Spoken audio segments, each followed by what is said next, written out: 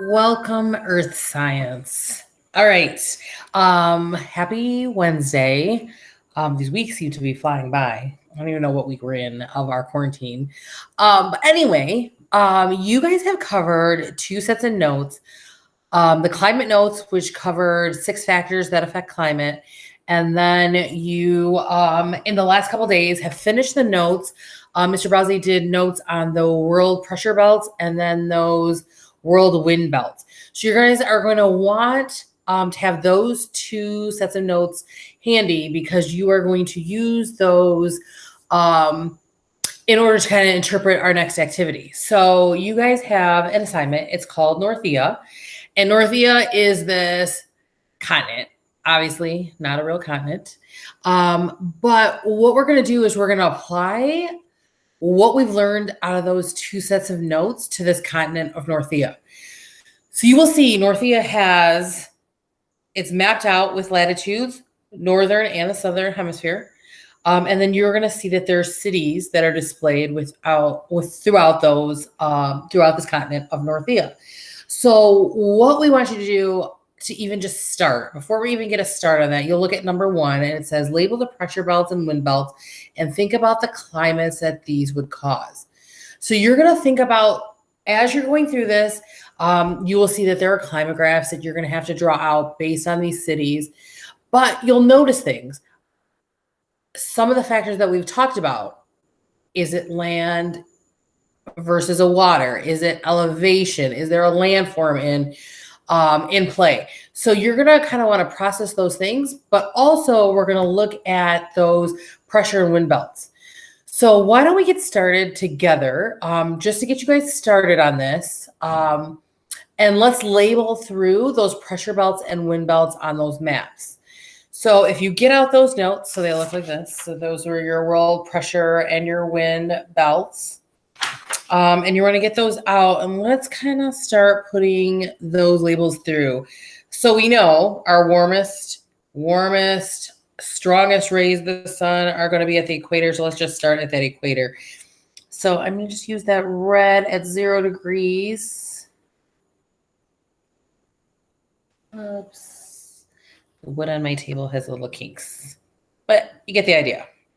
All right. And then when we did our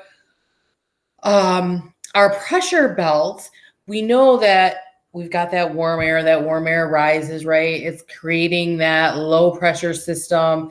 So we have a lot of precipitation, our tropical rainforest, and we call that our equatorial low. I'm going to just switch colors. Let's label that equatorial low. And then we know when we did that world pressure belt is that those same warm air kind of deflecting out, but what you had happen was that cooler air is going to now sink. And so at that 30 degrees north and 30 degrees south, we showed, I'm going to use blue, 30 degrees. We call those our subtropical high. So I'm just going to write this down. Subtropical high. And this was our subtropical high. All right. And then what we saw is that convection current continues. And so then we had our subpolar lows at that 60 degrees south and 60 degree north. So this was our subpolar low. Our subpolar low. And then we had this polar high. So if you reference that, this goes right back to those world pressure belt notes. So it's polar high.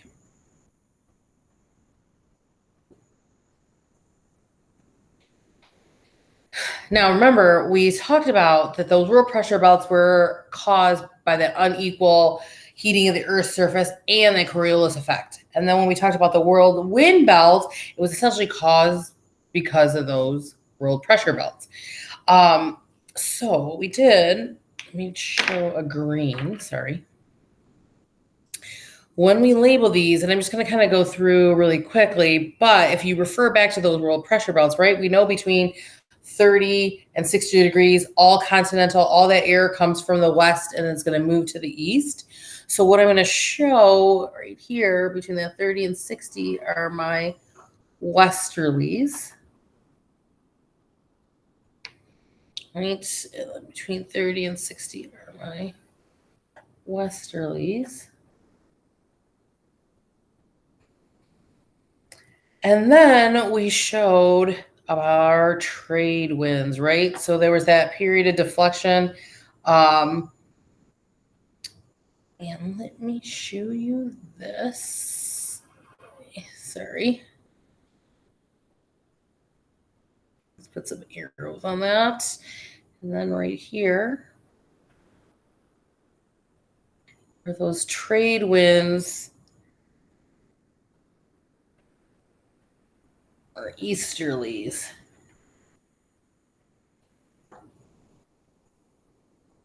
Sorry, guys. Hopefully that's coming into focus.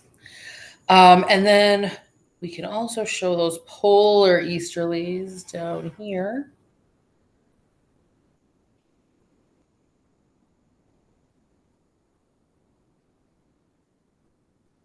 And then let's show the polar easterlies up here.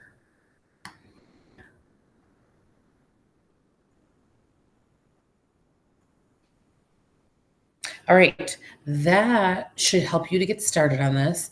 What we're going to do is you're going to notice as you go through, you're going to focus on the cities that they're asking you. Think about what type of climate, what's the average temperature, what's the range look like.